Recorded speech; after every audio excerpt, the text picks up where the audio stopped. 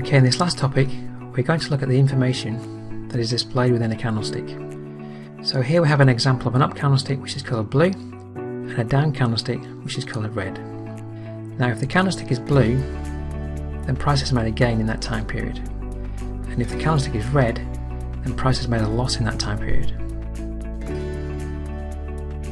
So let's go through the parts of the candlestick.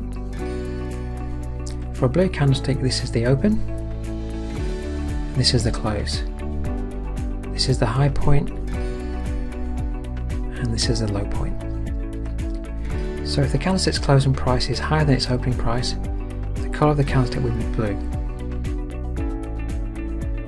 Okay, for a red candlestick, this is the open, and this is the close.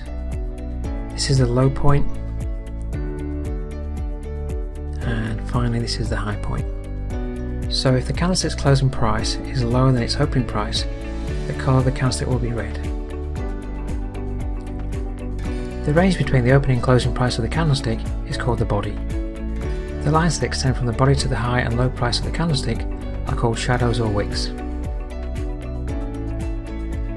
When the opening and closing price of a candlestick are the same, then the candlestick has no body. This candlestick is called a doji. More candlestick patterns and their application are covered in a later module. Okay, finally, please make sure you understand the anatomy of a candlestick before you head into module 5, which is all about candlestick patterns.